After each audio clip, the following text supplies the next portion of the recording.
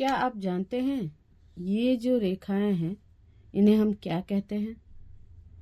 इन पर कौन से बिंदु आते हैं और इस बिंदु का क्या नाम है और यहाँ पर क्या होता है?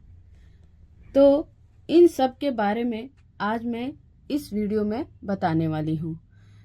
तो क्लास 10th का चैप्टर नंबर 7 है निर्देशांक ज्यामिति के बारे में आज पढ़ेंगे कि जितने भी माप आप लेते हैं, जैसे भौतिकी माप, इंजीनियरिंग में जो काम आता है, समुद्री परिवहन में काम आता है, और भी भूकंप से संबंधित जितनी भी चीजें होती हैं वो कैसे नापी जाती हैं। तो इसके लिए हम पढ़ेंगे इस चैप्टर को जिसका नाम है निर्देशांक ज्यामिति। ज्यामिति की शुरुआत किससे हुई? बिंदु और सरल रेखा से। बिंदु और सरल रेखा से होती है। तो हम इस रेखा की बात कर रहे हैं, ये जो लाइन है इस लाइन की बात कर रहे हैं हम कि इस लाइन को हम क्या कहते हैं। तो बने रहिए मेरे वीडियो में और समझते हैं कि ये जो रेखाएं हैं इनका क्या नाम है और ये कैसे काम करते हैं और इनके बीच की दूरियां कैसे निकालेंगे और इनके नाम क्या क्या हैं। ठीक है, तो चलिए स्टार्ट करते हैं बिना कुछ देरी किए। मैं आपको निर्देशांक ज्यामिति 5 मिनट में क्लियर कर दूंगी, बाकी आपको कुछ समझने और करने की ज़्यादा ज़रूरत नहीं है। अगर आप अच्छे से इस वीडियो को देख लेते हैं तो ऐसा फिर किसी ने नहीं बताया होगा जैसा मैं आपको बता रही हूँ। तो बने रहिए, चलिए स्टार्ट करते हैं।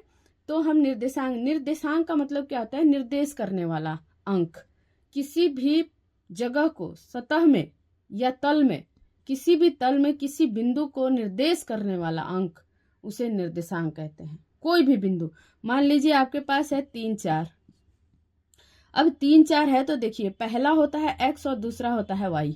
ये निर्देशांक है x का, ये निर्देशांक है y का। निर्देश कर रहा है कि 3 पर जाना है और 4 पर जाना है। पर अब ये क्या निर्देश कर रहा है कि ये प्लस है और ये भी प्लस है, तो दोनों प्लस वाले घर में जाएंगे।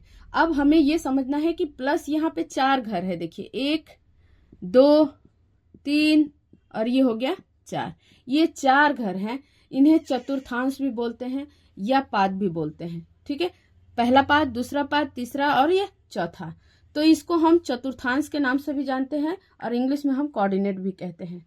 ठीक है, तो सबसे पहला है ये एक्स अक्ष कहलाता है। क्या कहलाता है? एक्स अक्ष कहलाता है। दूसरा ये एक्स डैश कहलाएगा, इसे एक्स डैश अक्ष कहेंगे। इसे वाई कहेंगे और इसे वाई डैश कहेंगे। ठीक है, तो यहां तक आप जान चुके हैं। अब इसमें अब हमें देखना है कि कौन सा घर प्लस है, कौन सा घर माइनस है। लेकिन क्या आप जानते हैं इसका और भी एक नाम है?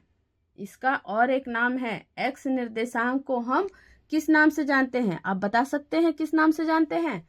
तो आप नहीं बता सकते तो सुनिए किसे कहते हैं। एक्स निर्देशांक जो होता है, एक्स निर्देशांक को हम क्या कह के पुकारते हैं? इसे हम भुज भी कहते हैं। क्या कहते हैं? भुज। ठीक है, भुज के नाम से भी इसे हम जानते हैं। तो बताइए, चलिए y को हम क्या कहेंगे? अब जब इसे हमने भुज कहा तो इसे हम क्या कहेंगे?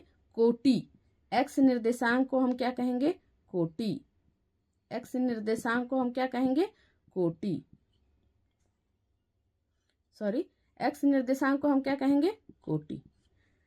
तो इसको हम कोटि कहते हैं और इसको हम भुज कहते हैं। तो बच्चों से ज्यादा अक्सर ये सवाल पूछे जाते हैं और ये इंपॉर्टेंट चैप्टर है। अगर आपने इसको पढ़ लिया तो एग्जाम की दृष्टि से मान लीजिए नहीं, एग्जाम की दृष्टि से वेरी वेरी इंपॉर्टेंट चैप्टर है ये। अगर आपने नहीं बनाया तो सीखिए, देखिए, समझिए कैसे बनाना है। तो गलती से भी इसे मिस मत कीजिए। तो इसे हम कोटि कहते हैं, इसे भुज कहते हैं। तो इसमें प्रश्न कैसे बनेगा कि एक्स अक्ष के निर्देशांक को क्या कहते हैं? तो एक्स अक्ष के निर्देशांक को हम भुज कहते हैं। फिर आएगा वाई अक्ष के निर्देशांक को क्या कहते हैं? तो कोटि कहते हैं। ये चीज यहाँ तक क्लियर हो गई है। आई होप आपको क्लियर हो गया होगा कि एक्स अक्ष के निर्देशांक क्या है और वाई अक्ष के निर्देशांक क्या होते हैं। तो एक्स अक्ष पर स्थित किसी बिंदु के निर्देशांक, एक्स अक्ष समझ रहे हैं ना? ये वाला, ये लाइन जो है ये एक्स अक्ष है। ठीक है, इस अक्ष पर स्थित कहीं भी बिंदु के निर्देशांक क्या होते हैं? एक्स और 0 होंगे। क्यों होंगे भाई? एक्स और 0 क्यों होंगे? ये बात समझ लीजिए। तो यहाँ पर देखिए, ये जो है इसको हम मूल कहते हैं। क्या कहते हैं? मूल, मूल बिंदु।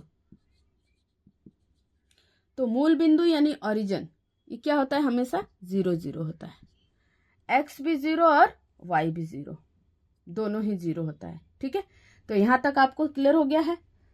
आई होप ये क्लियर हो गया। इसको वीडियो को पॉज करके आप इसको नोट कर सकते हैं। तो चलते हैं फिर आगे। अब आगे देखते हैं कि क्या है। ठीक है, तो इसमें आपको पूछा जाएगा कि एक्स अक्ष के निर्देशांक को क्या कहते हैं? एक्स अक्ष के निर्देशांक को क्या कहते हैं? चलिए बताइए क्या कहते हैं। अभी मैंने बताया आपको, उसे भुज कहते हैं। क्या कहते हैं? भुज कहते हैं। और वाई को क्या कहते हैं? कोटि कहते हैं। इतना याद हो गया। एक्स अक्ष के निर्देशांक को क्या कहते हैं? भुज। और वाई निर्देशांक को क्या कहते हैं? कोटि। यहाँ तक क्लियर हो गया आपको? चलिए, अब यहाँ तक क्लियर हो गया तो अब हम देखते हैं कि जो क्वाड्रेंट है, यानी कि जो चतुर्थांश है, चतुर्थांश का मतलब चौथा हिस्सा, चतुर्थांश माने चौथा हिस्सा, चतुर्थांश माने चौथा हिस्सा। ये 4 भाग हैं, चौथे का पहला हिस्सा फर्स्ट चतुर्थांश। ठीक है, इसको हम बोलेंगे फर्स्ट चतुर्थांश, यानी पहला चतुर्थांश, पहला हिस्सा, चौथे भाग का पहला हिस्सा। ठीक है, तो पहला चतुर्थांश जो है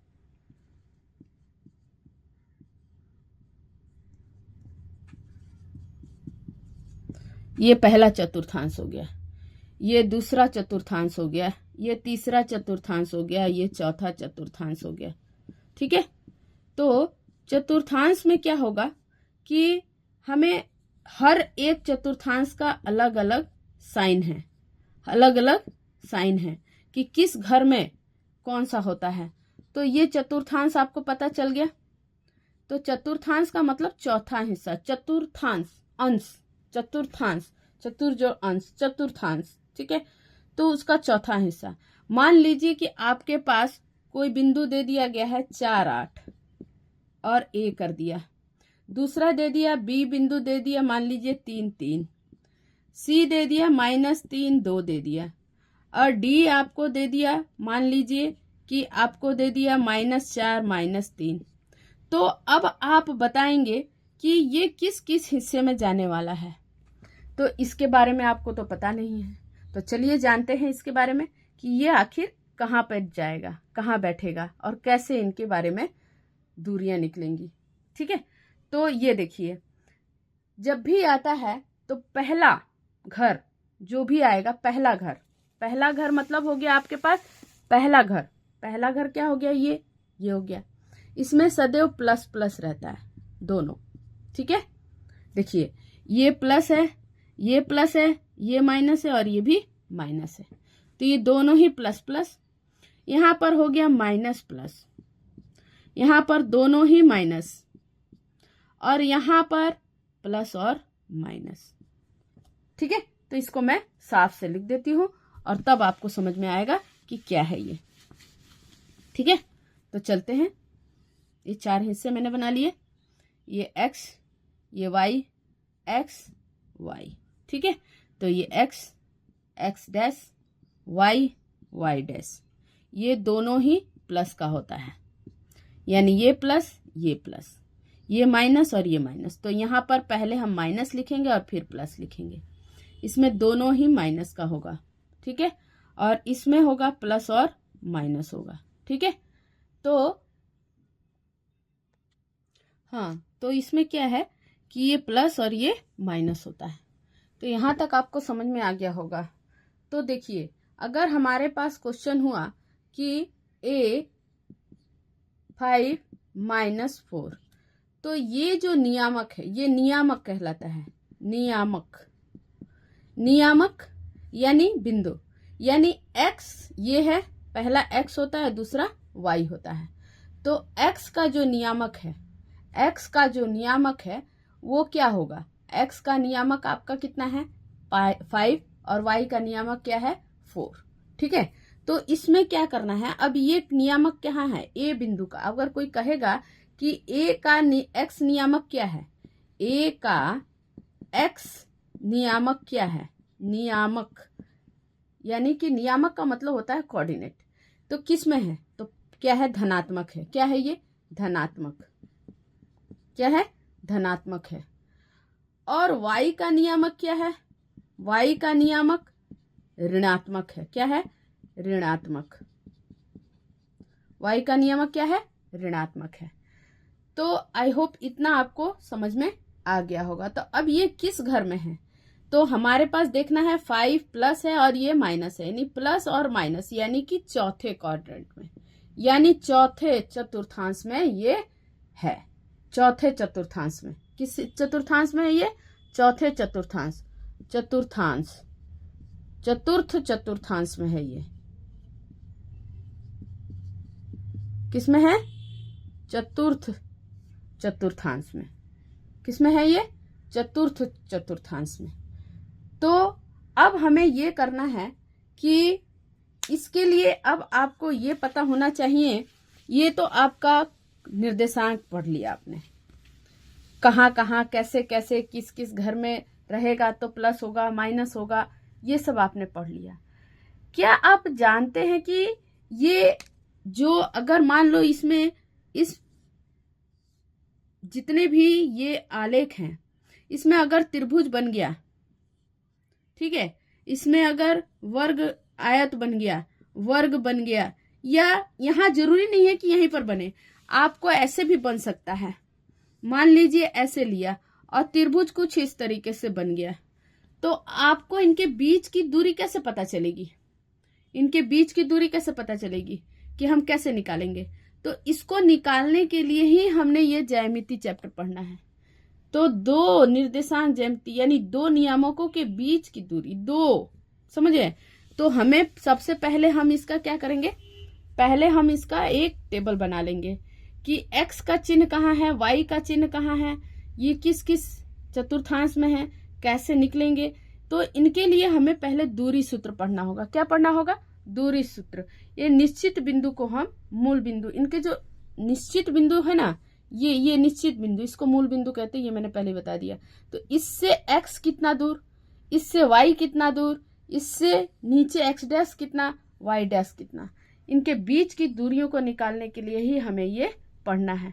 तो सबसे पहले आपको ये जानना होगा कि इनके बीच की दूरी कैसे निकालते हैं, ठीक है। तो मान लीजिए कि अभी मैंने आपको बताया कि अगर x और 0 होगा, इसका मतलब क्या है, ये x निर्देशांक है। अगर यहाँ x यहाँ पर 0 हो जाए और यहाँ y हो जाए तो ये y निर्देशांक है, ठीक है। अब इनके बीच की दूरी आपको निकालने के लिए क्या पढ़ना पड़ेगा, ये समझना है, ठीक है। तो चलते हैं, इसमें बीच की दूरी, निर्देशांक के बीच की दूरी निकालने के लिए, तो दूरी निकालने के लिए सूत्र होता है आपके पास, दूरी निकालने के लिए सूत्र, दूरी का सूत्र, दूरी का सूत्र, ठीक है, दूरी का सूत्र। तो दूरी निकालने के लिए, दो बिंदुओं के बीच की दूरी निकालने के लिए सूत्र क्या होता है कि दूरी बराबर, दूरी बराबर, दूरी को हम लोग d से भी प्रदर्शित करते हैं, डिस्टेंस, और ये हो गया आपके रूट में x2 माइनस x1 का whole square plus y2 minus y1 का होल स्क्वायर। अब इसे हम कैसे निकालते हैं, किसी भी दो बिंदुओं की, मान लो कि आपके पास ये ग्राफ दिया हुआ है, इस ग्राफ में यहाँ पर 0 दिया हुआ है, यहाँ 1 2 3, यहाँ पर -1 -2 -2, इनके बीच की दूरियां सब समान होती है। और मान लीजिए कि एक त्रिभुज दे दिया गया हो, जैसे यहाँ पर भी हो गया हो -1 -2 -3। बहुत से बच्चों को घर बैठाना नहीं आता है, किस घर में, ये पहले घर में है तो इसको पहले लिखेंगे, ये दूसरे घर में है तो इसको दूसरे में लिखेंगे। इस तरीके से हम इसको लिखना शुरू करेंगे। ये इस घर के लिए है तो ये इस तरफ लिखा जाएगा, ठीक है, और ये आपका इस तरफ लिखा जाएगा, और ये नीचे लिखा जाएगा, नीचे के लिए है, ठीक है। और ये ठीक ही लिखा था यहाँ पे -2 -3, और यहाँ पर 1 2 3, ये प्लस का हो गया, ये सारी चीजें। तो मान लीजिए कि आपके पास एक त्रिभुज दिया हुआ है जो यहाँ से इस तरीके से ऐसे रेखांकित किया गया है, ठीक है। मान लीजिए चलिए हम इसको फ्रेश बना देते हैं। ठीक है, मान लीजिए कि आपको ये बीच की दूरी निकालनी है, दो बिंदुओं के बीच की दूरी। तो त्रिभुज का भी काम नहीं है, त्रिभुज के लिए अलग से एक सूत्र निकालेंगे, उसका क्षेत्रफल के लिए अलग, दूरी के लिए अलग। अभी हम इसमें निकालते हैं। मान लीजिए आपके पास दो बिंदु दिया हुआ है कि 3 और 4, और यहाँ दिया है -5 और 3। अब इनके बीच की दूरी निकालनी है आपको, तो कैसे निकालेंगे? तो इसी सूत्र से निकालेंगे। तो क्या हो जाएगा यहाँ पे x2, ये हो गया x1 y1 x2 y2। ठीक है, तो x2 -5 plus -3 whole square plus 3 -4 whole square under root. ठीक है, तो यहाँ हो गया -8 का होल स्क्वायर प्लस -1 का होल स्क्वायर अंडर रूट। तो 8 8 जा 64 प्लस 1, तो कितना आ गया 65। यानी अंडर रूट 65 इसका आपका निकल गया कि ये इनके बीच की दूरी कुछ इस तरीके से होगी। बात क्लियर हो गई? तो अब चलते हैं। अब आप बताएंगे कि अभी किसी भी, अब आप बताएंगे कि जब हम किसी दो बिंदुओं के बीच की दूरी निकालते हैं तो मात्रक क्या होगा इनका मात्रक होगा या नहीं होगा, ये आपको बताना है। तो किसी भी, मान लीजिए ऐसे करके एक दे दिया जाए निर्देशांक, मान लीजिए इस तरीके से। देखिए हम जो समझा रहे हैं इस चीज को आप समझिए। तो मान लीजिए एक बिंदु यहाँ, एक बिंदु यहाँ है। ठीक है, ऐसे हमने इसको ड्रॉ कर दिया और इसको हमने मिला दिया। इसके ऊपर एक त्रिभुज बन गया, मान लीजिए। ठीक है, एक त्रिभुज बन गया जिसकी दूरी मान के चलिए यहाँ पर हो गया आपका एक बिंदु x2 y2 और यहाँ हो गया एक बिंदु x1 y1। ठीक है, अब आपको निकालना है क्या, कौन सी दूरी निकालनी है आपको ये दूरी निकालनी है। ठीक है, तो इसमें देखिए दूरी का मतलब है पाइथागोरस थ्योरम है, सिंपल सी बात है, पाइथागोरस थ्योरम है। हम पाइथागोरस थ्योरम से ही इसको निकालेंगे। लेकिन अब वो पाइथागोरस नहीं चलेगा, जैसे कि कर्ण स्क्वायर बराबर लंब स्क्वायर प्लस आधार स्क्वायर, कुछ इस तरीके से हम इसको लिखते थे। तो ये वाली चीज अभी नहीं करेंगे हम लोग, पर है कुछ इसी तरीके से। ठीक है कुछ इसी तरीके से, हम इसी तरीके से इसको करेंगे। ठीक है, तो मान लीजिए, तो इनके बीच की दूरी क्या होगी? मान लीजिए यहाँ पर हो गया PQ स्क्वायर, कर्ण स्क्वायर हो गया। ठीक है, तो क्या हो जाएगा, यहाँ पर नाम दे दीजिए PQT दे दीजिए। ठीक है, तो हम क्या करेंगे, यहाँ हो गया PT whole square plus QT whole square. ठीक है, तो यहाँ PT क्या हो गया, x2 माइनस x1 का whole square plus y2 minus y1 का होल स्क्वायर। यहाँ तक क्लियर हो गया? तो PQ क्या हो गया, PQ आपके लिए वही चीज आ गया, x2 माइनस x1 का whole square plus y2 minus y1 का होल स्क्वायर। कुछ इस तरीके से भी आप इसको बना सकते हैं। ठीक है, तो यहाँ तक में कोई दिक्कत नहीं होने वाली है। तो किसी भी, चूंकि हमेशा जो चिन्ह रहेगा उसी हिसाब से, लेकिन धनात्मक वर्गमूल होने चाहिए। एक बात याद रखेंगे, धनात्मक वर्गमूल होने चाहिए। तो अब मैं आपसे एक सवाल पूछूंगी, उस सवाल का जवाब आपको देना होगा कि अभी आपने इतना पढ़ा, अब आप बताएंगे, आपके लिए होमवर्क है। फिर मैं आगे बताऊंगी कि इनके बीच की दूरी के मात्रक किस रूप में निकालते हैं और मात्रक क्या होते हैं, और त्रिभुज अगर होगा तो त्रिभुज के सूत्र कैसे लगेंगे, त्रिभुज का सूत्र कैसे लगेगा, इसको भी हम जानेंगे। ठीक है, तो सबसे पहले आपको हम पूछते हैं